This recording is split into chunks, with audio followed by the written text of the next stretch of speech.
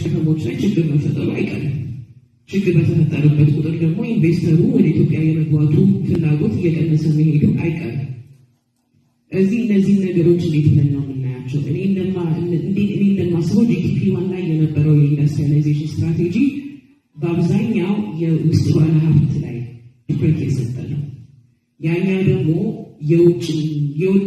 የውጭን ሳብሲዳይዝ ኢንክሉዲንግ የሌበር ኮስት ሳብሲዳይዝ እያደረግን ከ80 እስከ 100 እኛ እያበደርን ፎሬን ኤክስቼንጃችን ማለት ነው እኛ እያበደርን የቴክኖሎጂ ትራንስፈር ቅድም እንዳነሳሁት የግድ የኢትዮጵያ ማኒፋክቸሪንግ ፈርሞች ከሌሉ ወደ ማን ነው የሚያስተላልፈው? ኤፍዲአይ እንዴት ነው የቴክኖሎጂ ሽግግር የሚካሄደው?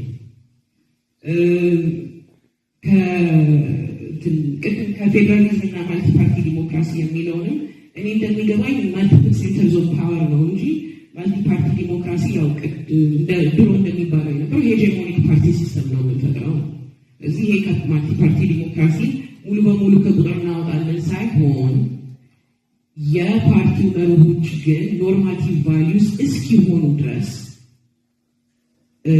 ሄጀሞኒክ ሆኖ መቀጠል አለበት የሚል ነገር ነው። የቅድሙ የኮምፖነንት የቫሊዩ ቼንም